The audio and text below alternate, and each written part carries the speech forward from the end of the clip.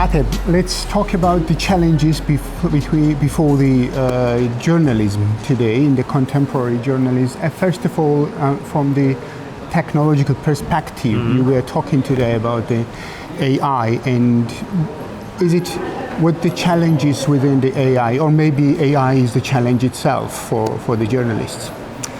Well, I would say that the most fundamental challenge for journalism now is that the technologies that are already available have disrupted so much about the old journalism as we used to know it.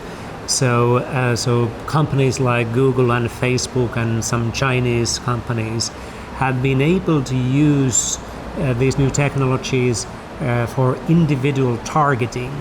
And although we in journalism, we tend to think that they did something terrible and harmful, which they actually did for professional journalism, but we have to recognize that actually they did also something very valuable for individual users. And that's what has kind of taken so much money out of the financing system of traditional journalism, but also taking the audience time from journalism. And because these technologies develop further and they become better and better, I think it's kind of a high time for public service journalism to take this challenge very, very seriously and ask, what can we do to be more relevant for people by using these technologies in a very distinctive way, in a very special way that creates value for the users in the way that is fit for public service. And how exactly the public AI could help the public service media? Well, I would say that in two main ways. The first one is to public service should find a new way of targeting content, tailoring individual user experience, individual content for citizens in a way that respects public service ideals, public service values. I think there are too much this kind of a rejection in public service companies saying that no, we don't want to be part of the filter bubble thing. We don't want to create these isolated islands of opinions or kind of a polarizing the society among groups which believe in different facts. Of course not. But it's possible to use algorithms in the way that you actually optimize for public interest.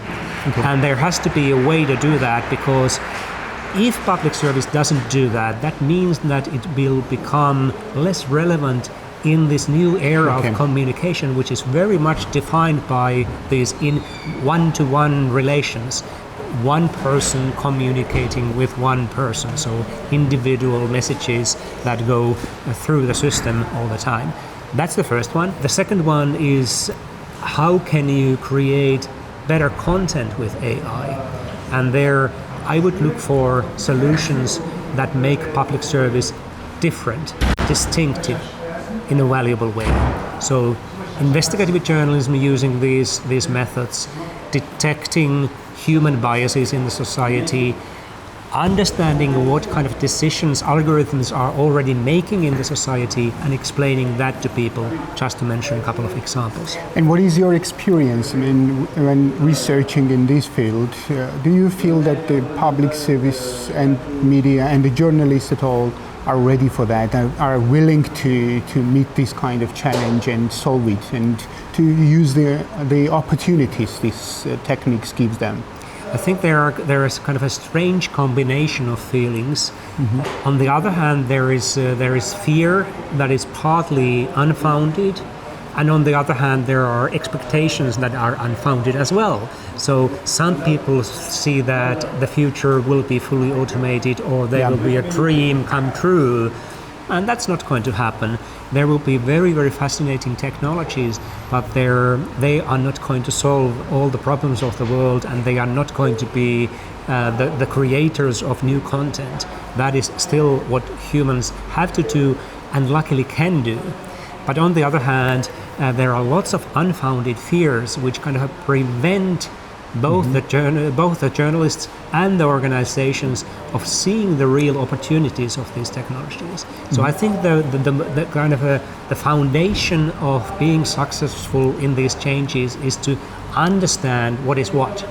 Is this real? Is this going to happen? Does it have value? This is just total kind of a hype, and we can leave it behind. So we will not lose our jobs.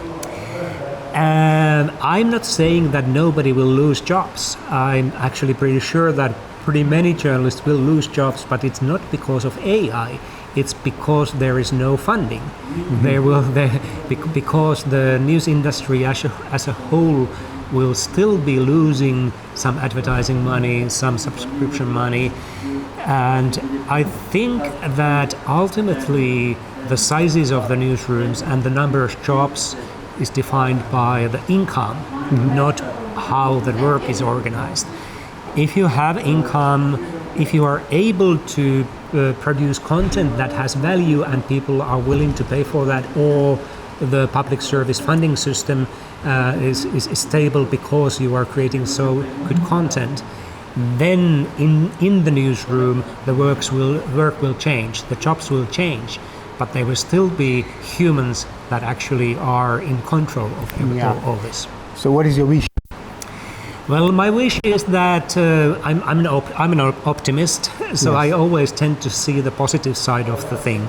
And I think that's also a kind of ethical responsibility, that if there is a technology that can do good, you shouldn't just refuse using that because there's a risk of doing something evil, risk of causing some harm.